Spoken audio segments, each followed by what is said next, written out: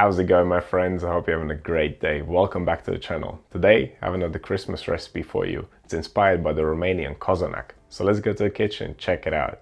This has got all the characteristics of a great Christmas loaf. It has a braided design, it is large, but light and soft. It has a beautiful color and is decorated with sugar.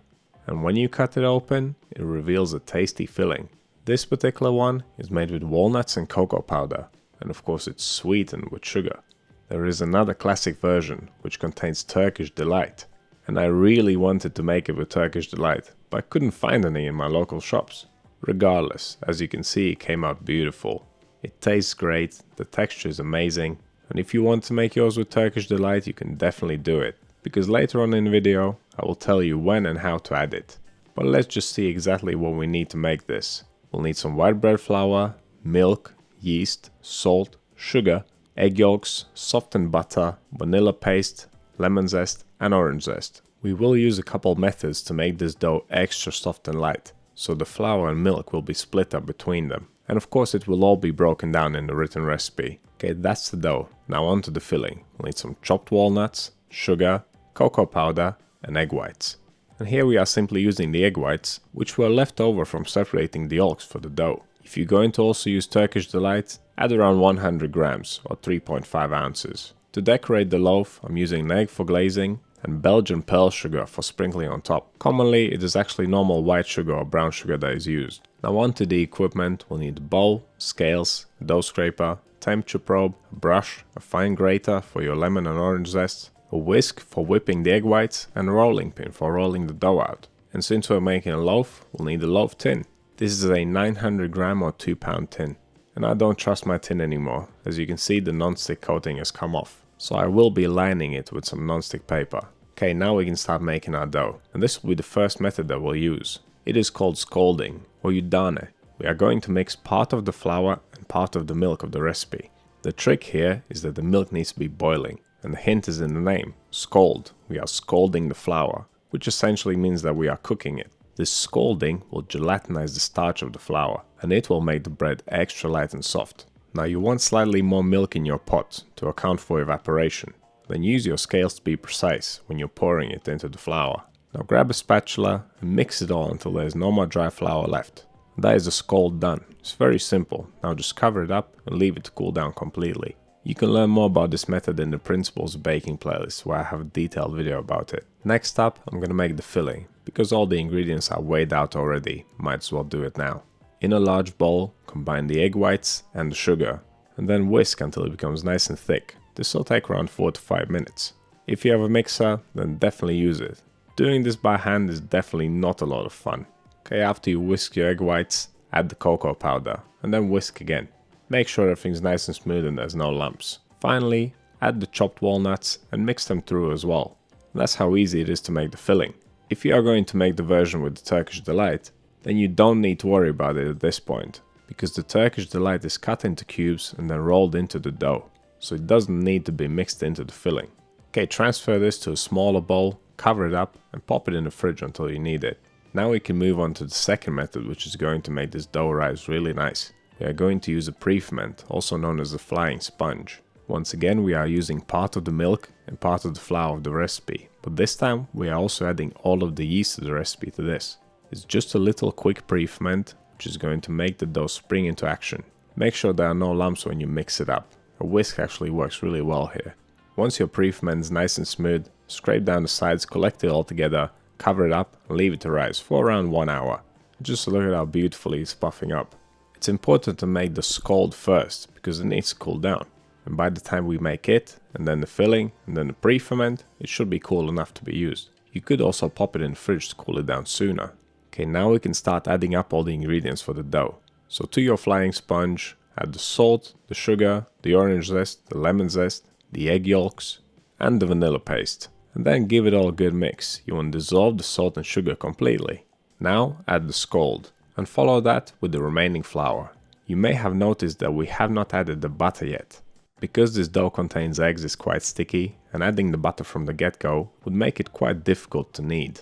And speaking of kneading, once you've mixed your dough, tip it out on the table and knead it using the slap and fold kneading method. Pick the dough up by one side, turn it 90 degrees and slap it against the table, pull it towards yourself and fold it over forwards. And keep repeating the same steps for the next 3 minutes. It will be quite sticky, so once in a while you want to scrape it all together. But there should be enough gluten development that after 3 minutes we can start adding the butter. And again, this will be quite sticky and messy, but trust the process. Spread the dough out on the table, add the butter, and then squish it all together. There is no nice way of doing this. You want to force the butter into the dough.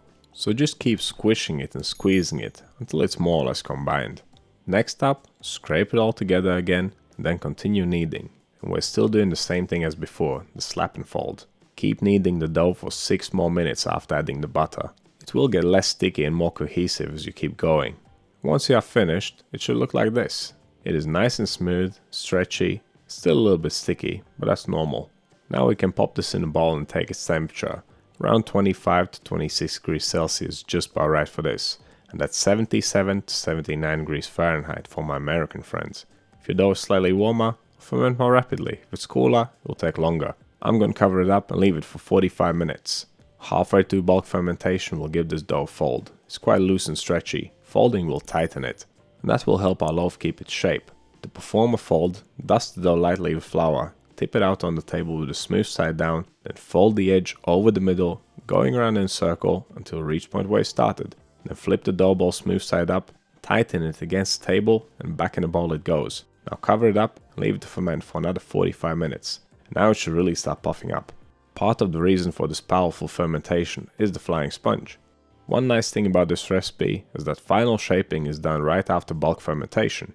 So once your dough ball has doubled in size, tip it out on the table, dust it lightly with flour, and cut it in half.